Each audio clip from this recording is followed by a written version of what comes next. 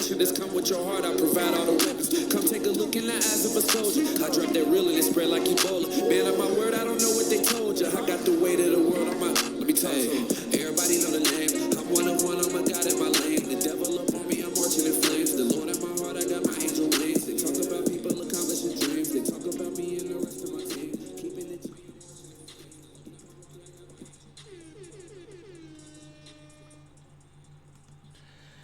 Hey, what's good? What's good? Peace, boxing fans. Peace, world. Thanks for pressing play on another. Oh, let me get this down real quick. All right.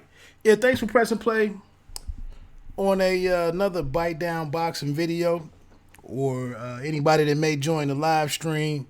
I didn't get up a podcast this week, so I'm gonna do my thing here and jump on off of here. Tons of boxing tonight.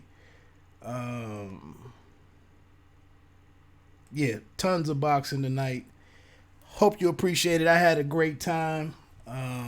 Phenomenal action tonight all across the globe, across a couple different, and actually I missed some. It was so much on that I missed some actually. But across different platforms, in terms of we had action on the Zone, ESPN Plus, and then Showtime, and then Showtime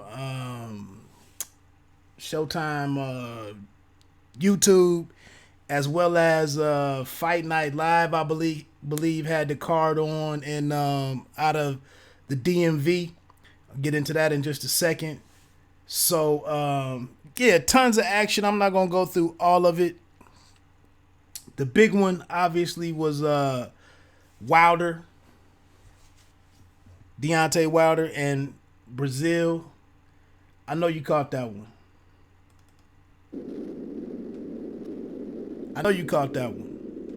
But we'll get into that one in just a second as well. Before I go to the national stuff and the international stuff, I did want to send some words out on some local people. Some important local people. Let me see here. Let me get to my right screen. Big shout out to Sonny Fredrickson tonight up in Dearborn, Michigan, outside of Detroit. I didn't get to make it out to that one, but it was another second to none promotions card. Sonny recently signed to the Bella Entertainment, I believe, and he had a chance to get in the ring tonight after not being able to fight a couple of weeks ago on the Regis Prograde card that was on the Zone. So shout out to him. He got a second round knockout, I believe, against a cat named Joseph Laryea. So like I said, man, I really would have went up there and checked it out, man, but I would have had to get into an argument with my whiz, and just really wasn't worth it. But I thought there was somebody that this cat fought previously. I was just for a little. Oh, this cat had actually been in with Mason Menard and Rod Salka, Ricky Burns. That's the WBO World Super Featherweight title that he fought for. That might be about it. So yeah, I'd heard the guy has some, and then Stephen Comey. I wonder if that's related to my man. So yeah, so shout out to Sonny Ferguson, picked up the victory tonight. I believe that moves him to 21-1. That was up in, like I said, outside of Detroit, Michigan. Also, I want to send a big shout out to Tierra, the Dark Menace Brown, out of the District of Columbia. Sis fought tonight. That was available on Fight TV. 6-rounder against Angel Gladney. That was for a NABO belt, I believe, or NABF. It was her first title. Let me see, that was at the Entertainment and Sports Arena in Washington, D.C. Chris Middendorf was the matchmaker in that. Now, that's interesting. I'm just looking at this on BoxRec. But Chris Middendorf was actually the cat a month and a half or so ago that won that lawsuit against Top Rank. So the name just jumped out to me right here. But Tierra Brown was in she's also a DeBella fighter, DeBella Entertainment. So shout out to her. Dominant performance. Sis is her swag is ridiculous. Her fighting, her boxing skills are tremendous. You can go check that fight out if you want to go over to the Bite Down Boxing Facebook page. You can check out the link that I put up to that fight. But she looked great. I mean, she has a lot of skill. She does not fight like a lot of women. I mean, I would really strongly recommend you get an eye on Tierra Brown. It's only going to be a matter of time before she makes some noise on some bigger levels. But like I said, this was her first title, and I'm sure that's one of many to come. Also on that card was Alantez Fox. It looks like he was stopped. You might have seen him in action across a couple different platforms and networks or whatever. I have seen him fight before. I think his brother got a big fight out in Phoenix in the last week or so. He got an upset, but it looks like Alantez was stopped tonight in the 6th round. So shout out to again to Sonny Fredrickson, and then as well as Tierra Brown. Had to take care of both friends of the podcast.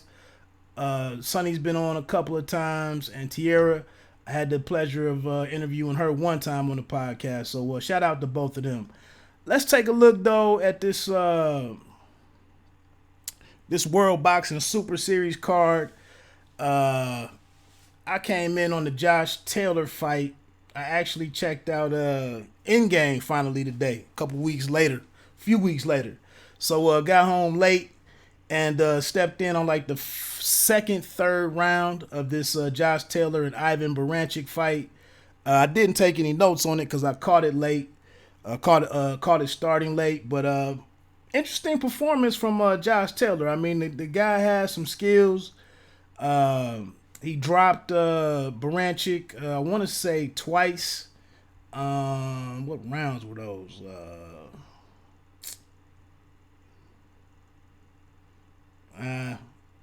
Fifth round? Nah, not the 5th round. Anyway, he was dropped twice. I thought he was going to finish it, but he just chose to box it out. Good set of skills, man. Got the unanimous decision. The cards were 117, 109. 115, 111, and 115, 111. He picks up the IBF World Super Lightweight title from Baranchyk. This sets him up in the final to face Regis Prograis. A nice clash of styles right there. It'll be interesting to see where they set that final. Will it be over here in the States, or will it be over there across the pond in Europe? They had a nice, Regis was in the building. Regis got up in the ring. They had a stare down. It seems like as soon as they got off of the mic, talking to the doing the in ring interview, that they had some words. I like that. I mean, I like that. They kept it private but public. Obviously, you can see the guys going forehead to forehead. And, Taylor's a pretty confident kid. Obviously, us over here in the States, we think we're number one in boxing. And it was a chance for Prograis to go over there and try to let it be known what Taylor would be up against and start the mental games and get that going. So, but like I said, I appreciated or respected the fact that Taylor kind of initiated some of the trash talk. They stood face to face with nobody between them for a couple of minutes, and I'm excited to see that one. Hopefully, it's only a 4-month wait or 4 or 5 month wait. I do wonder, the World Boxing Super Series, in my opinion, the attendance has been really abysmal over here in the United States. And I don't know if that's just because of the areas that they chose to take those fights to, or if it was a promotion, or just not, being familiar with how to sell fights and sell events in this market and in the places that they went to. But it was shameful to sit here and watch Regis Prograis fight in front of like 150 people, or 300 people or whatnot. I mean, you would think to have the opportunity to catch a a kid that's about to bust into the pound for pound discussion, you would think to catch him for $50, $35, $75, you would think, and it was in Louisiana, you would have thought it would have been a nice turnout. But it was a handful of people in the arena that night. So tonight over in Glasgow was where this one Josh Taylor fought Baranchik, and it was a pretty decent turnout. I don't know if it was a sellout or not. I was trying to look up into the up in the wider shots. I was trying to look up into the crowd and see whether or not there were large sections with empty seats and whatnot, but I couldn't really tell. But it looked like a decent turnout. Taylor's a pretty nice fighter though, man. I'm interested to see how that one goes down, who and how it opens up. Who would be the favorite in that one? Moving into the co-main event, which was Naoya Inoue versus Emmanuel Rodriguez. You've probably already seen some footage of it, whether you've been on Instagram or just on the internet looking up boxing. But Naoya Inoue proves that he's the truth, man. This kid is I don't see many weaknesses in the guy. I saw a little bit of a little difference in his style tonight, being in against Rodriguez, and Rodriguez had a little bit of size advantage on him, reach, and I didn't see Naoya kind of like on the stalking or prowling right out the gate. He was on the back foot briefly, outside working a little bit more, but once he decided to press back, or stand his ground and go for it and start working his own offense, I mean, he just started breaking down Manny Rodriguez immediately. That one only made it into the second round. I think it was 2 knockdowns. It might have been the third knockdown. Yeah, the third knockdown, I think, was when they stopped it. But he busted him up immediately, touched him to the body, got a knockdown. I think the second knockdown and the knockout were both from body shots. But it was a nice, I want to say it was a right hand for the first knockdown. No, it was a left hand, left hook. Beautiful short left hook that put Manny Rodriguez. And I'm sorry, I didn't take notes on all of this stuff tonight. Just kind of getting into it late, getting to the couch late, getting set up a little late. I didn't take notes like I usually do. But please do go over to BiteDownBoxing.com and check out my write-up on Wilder and Brazil. That's out there. But getting back to this Naoya Inoue, that'll be interesting, man, to see him face Nonito Donaire. I could see Donaire having some sleepless nights, man, having to face this kid. I mean, experience only goes so far. He's an older guy. Burnett was actually, in my opinion, was getting the better of Donaire in their fight before Donaire had the freak back injury and had to stop that one and had to retire in like third or fourth round. But and then Tete had to drop out in the semifinal, so Donaire fought a cat named Stephen Young, I believe, out of St. Louis. So you cruise through with a little bit of luck, a little bit of favor and fortune and whatnot. Got the big knockout on Stephen Young. But now you got to face this kid right here. And like I said, I just don't see any weaknesses in his game. It may be a positive that Donaire has come back down in weights where he was a little more dominant, a little more effective. But like I said, he's an older guy. And I just don't know how that one. Turns out. Inoue has a complete game. His power, you see, people responding to it immediately, and the kid is just the kid is nasty. If you saw it earlier in the week, on the media during the media workout. Inoue's father went over to check out Manny Rodriguez's open workout, and I guess was filming. And Rodriguez's trainer stepped outside and approached Inoue's father and kind of gave him a light shove and told him to beat it, basically. And you just knew it was a little bit of bad blood set up in that thing right there, and just a phenomenal fight, man. That was on the Zone. I didn't see anything else on that card, but I might go back and check to see if none of these names on here really jump out to me.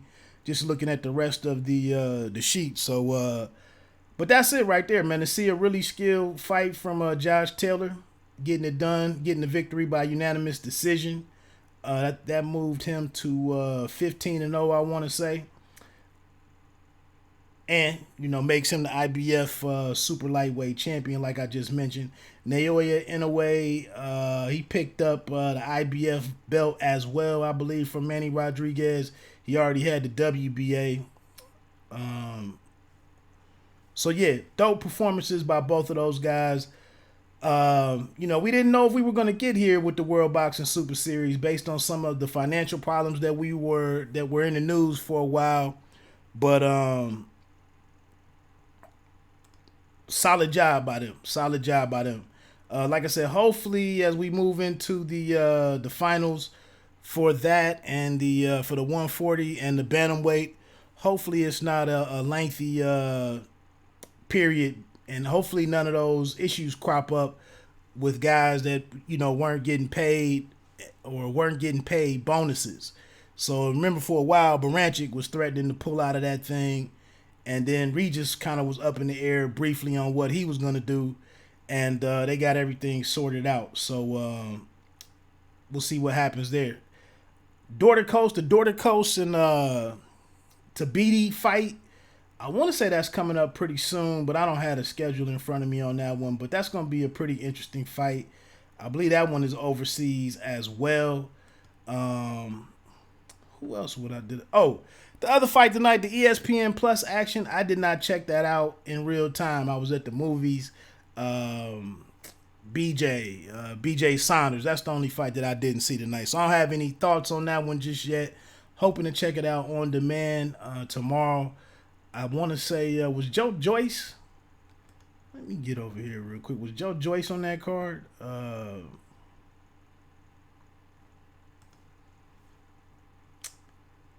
Did I see that he fought earlier tonight? Let me see right here. Sorry about this. Yeah, Joe Joyce again. Yeah, Alexander Ustinov in the third round. It was a TKO for him. Anybody else really jump out on here for me? No.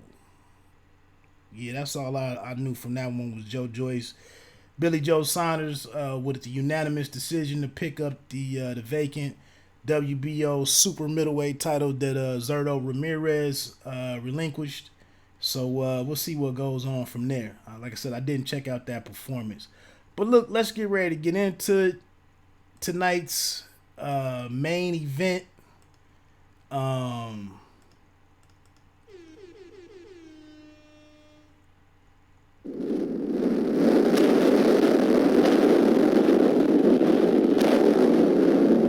Deontay Wilder, wow, that should be WOWDER.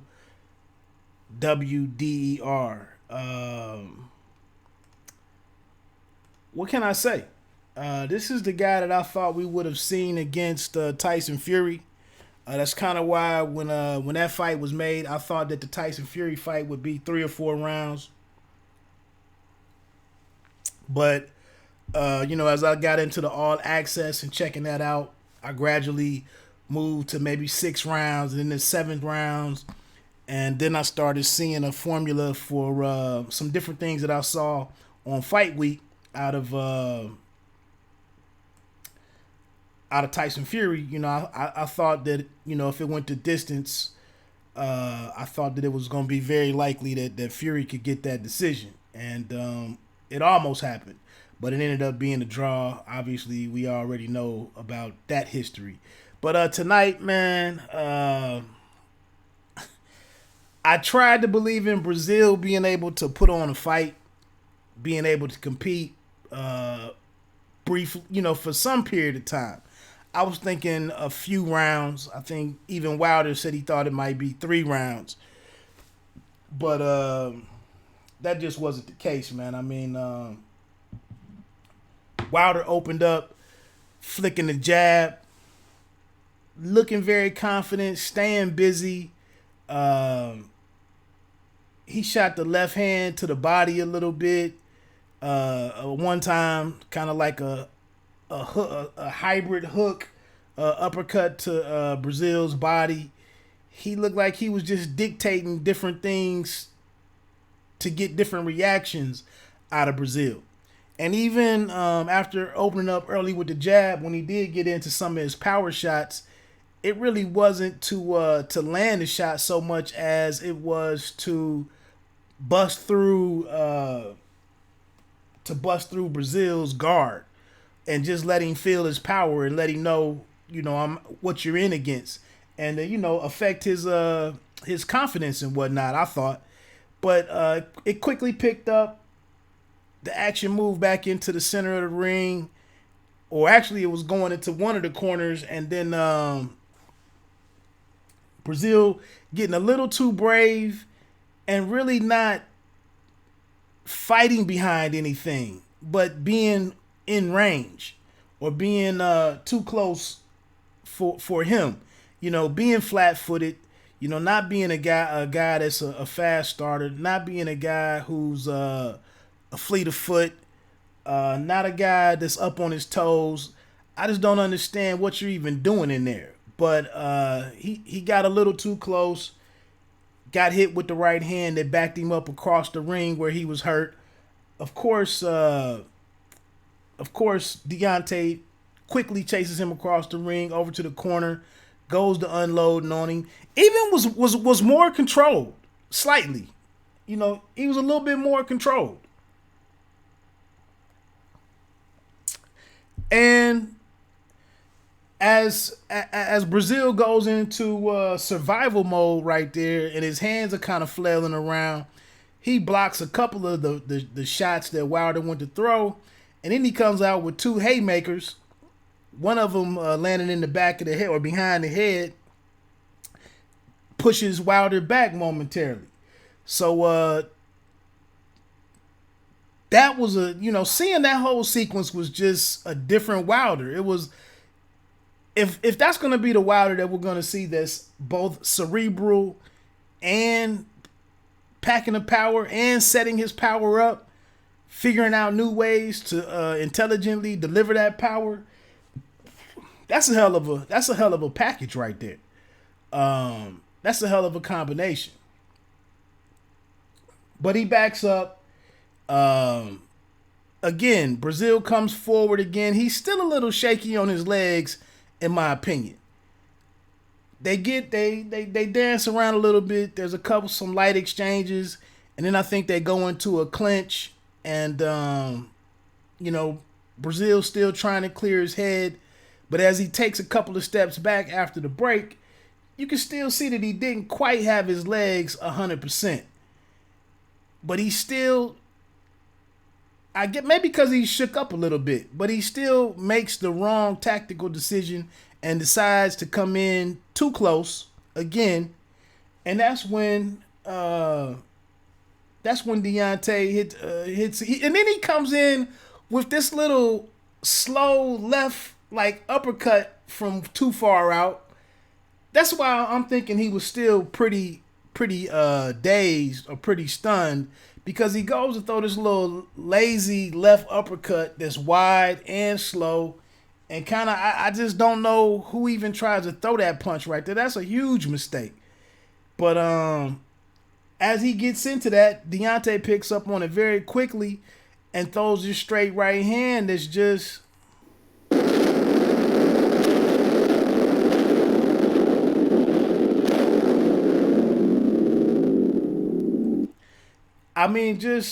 he's out before he hits the ground. This is a 6'7", 250 something pound man. On fight night, he might have been 260, 263 or something. But this guy crumbles, topples to the ground. It's over with.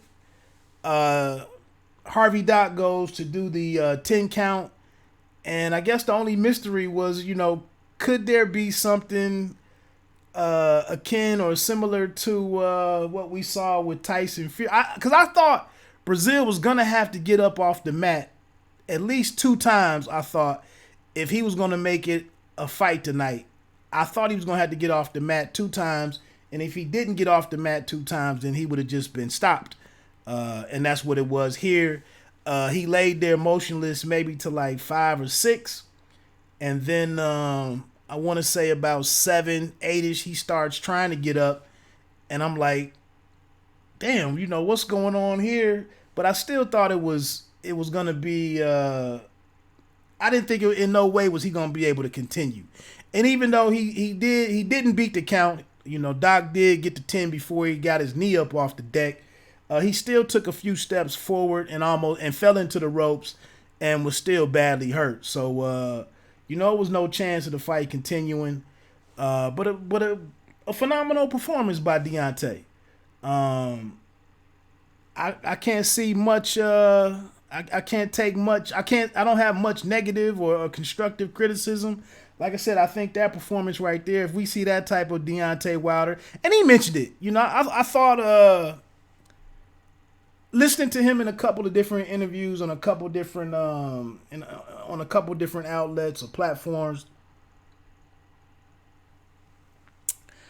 it seemed like he was running the camp a little too much. He was doing stuff on his own, calling his own shots, not following, a game plan devised by the corner.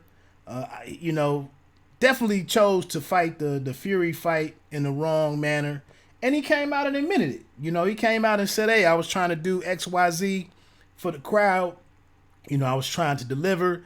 It's my first time, his first time, I want to say, delivering at, headlining at Staples, his first pay-per-view. Trying to deliver that marquee, that box office moment. Excuse me. And he just went out and had a pretty flat fight, a pretty inconsistent fight, mainly looking to load up and land one shot all night. And really that, those opportunities were far and fleeting in a guy that moves like Fury. But tonight, he said that that was some things that we heard coming into fight week, was that the team went back to the basics. And I think immediately, we saw a newfound commitment to the basics. An aggressive jab, a sharp jab, the left hand to the body, throwing some left hooks upstairs, doing something with the left hand to make somebody be concerned with action on both fronts. So hell of a performance. Disappointing night for Dominic Breazeale. I don't know what was going on there at the end. I saw some people saying that Jim Gray had disrespected Breazeale.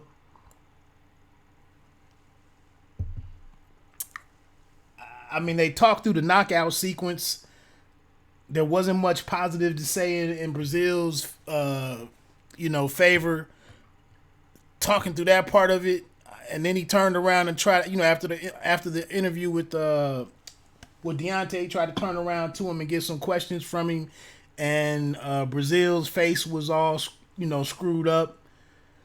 And he was trying to make it to the exit. And then Virgil Hunter was trying to say something. It looks like he at least wanted to speak on behalf of his fighter. And then he didn't even do that. Virgil Hunter, after fights, when the fight doesn't go his fighter's way, it's some weird stuff that started to happen with him every time that he's in the corner. I don't know what it is. I don't know what's going on, but it seems like if they were really disrespected, that he would have forced the issue and got on the microphone and represented his guy. But like I said, he just seems to be a bit out of it in the instances when his fighter doesn't do well, or they don't, the fight gets away from him and his fighter. So I don't know what was happening there, but other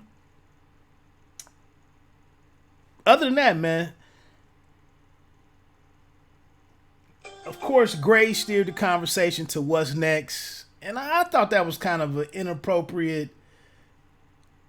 I don't know. I mean, Gray's been doing that job so long that he can do what he wants to do, but it just seemed a little odd.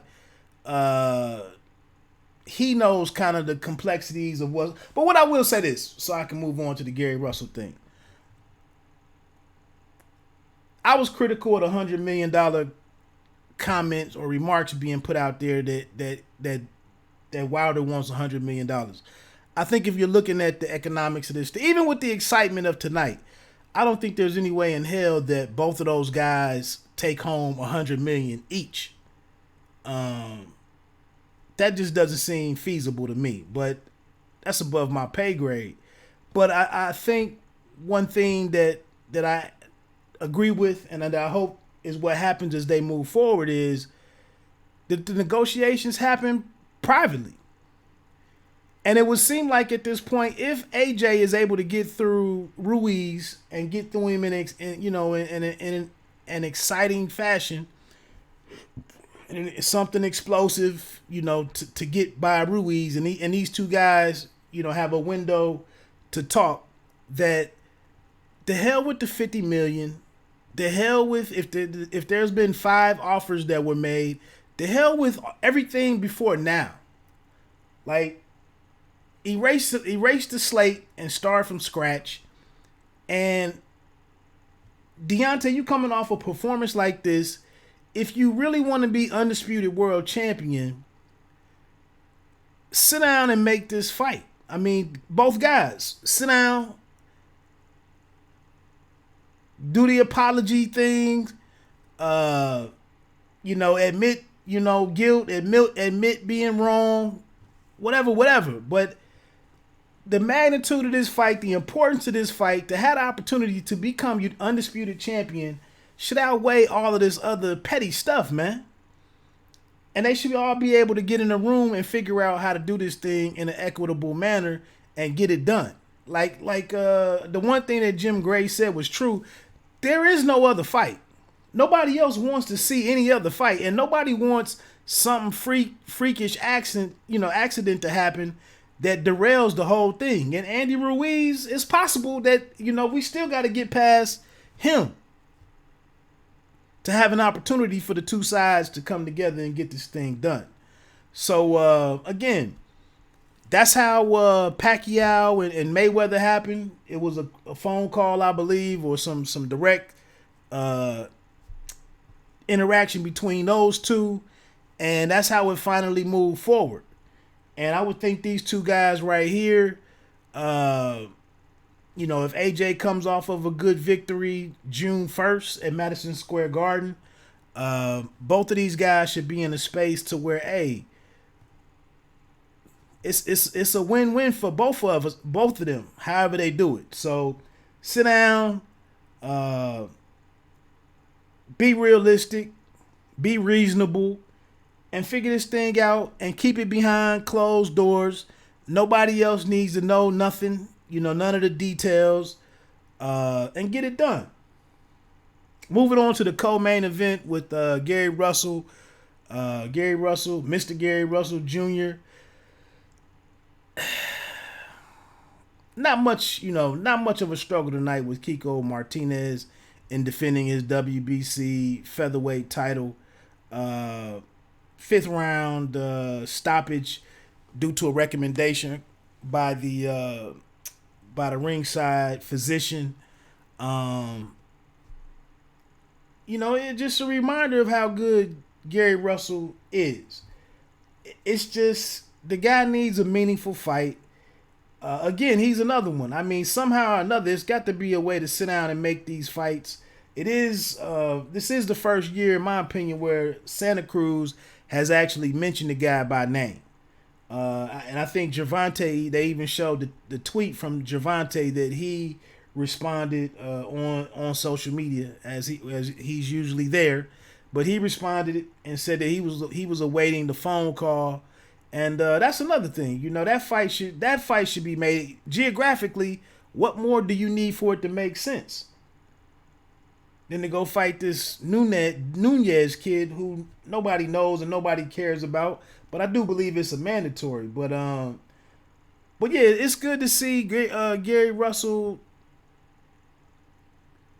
speaking and being and calling people out and stirring the pot. But somehow or another, you know, it'd be nice to see Al Heyman get the guy the right date, the right opponents. He's a guy who said he only wanted 2 or 3 more fights, and one of those he was hoping was the rematch with Lomachenko.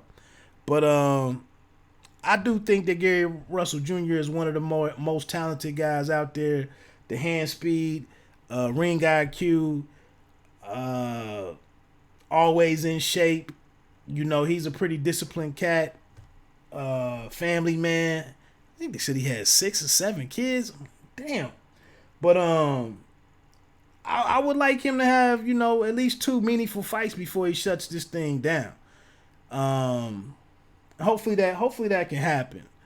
In the opener, Juan Heraldez versus Argenis Mendez. That one ended in a majority draw, 95-95. Julie Letterman had it 97-93 for Argenis Mendez, and then Kevin Morgan had it 95-95.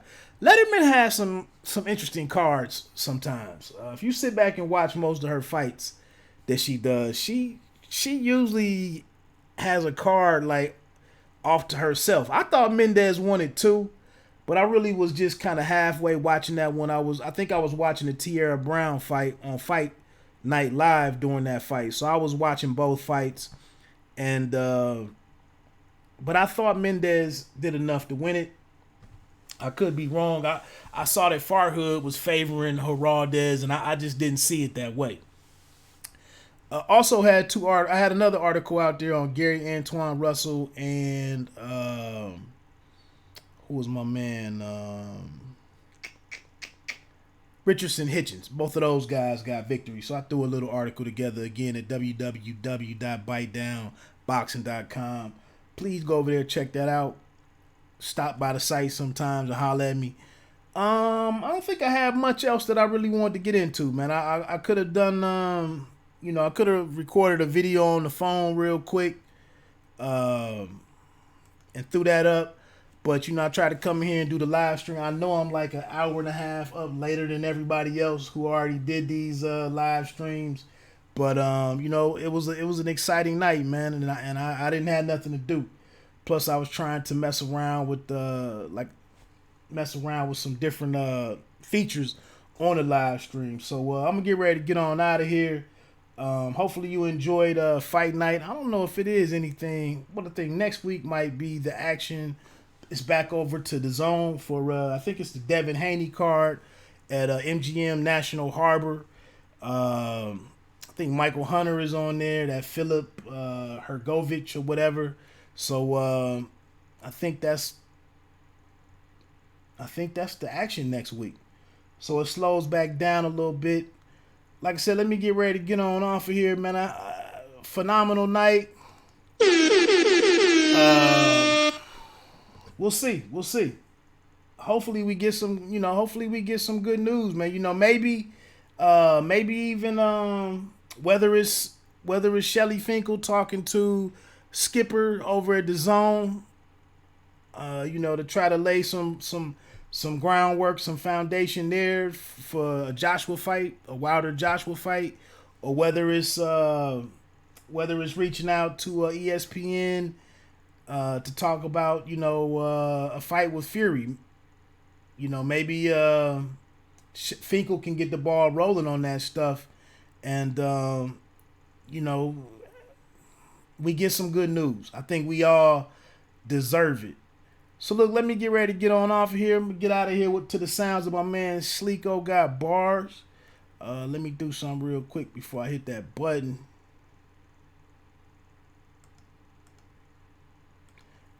All right, so like I say all the time, man, you don't have to be great to start, but you have to start to be great. 1.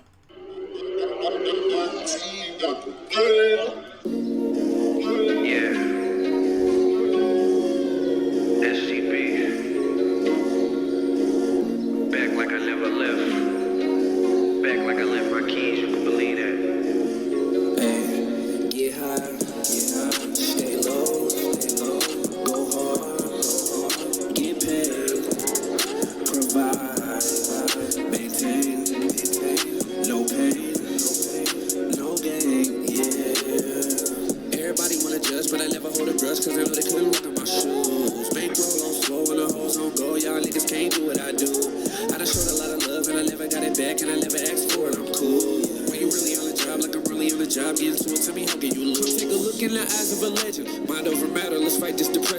against oppression, fight back with aggression. Just come with your heart, I provide all the weapons. Come take a look in the eyes of a soldier. I drop that real and it spread like Ebola. Man, on my word, I don't know what they told you. I got the weight of the world on my. Let me tell you, everybody know the name. I'm one of one, I'm a god in my lane. The devil up on me, I'm marching in flames. The Lord at my heart, I got my angel wings. They talk about people accomplishing dreams. They talk about me and the rest of my team. Keeping it G, it ain't all what it seems. It get complicated like Avril Lavigne. Yeah, top down, screaming out money and a thing. Boxed out, never let a nigga in my lane. Cropped out, you would get taken out the frame. Dropped out, nigga had to find another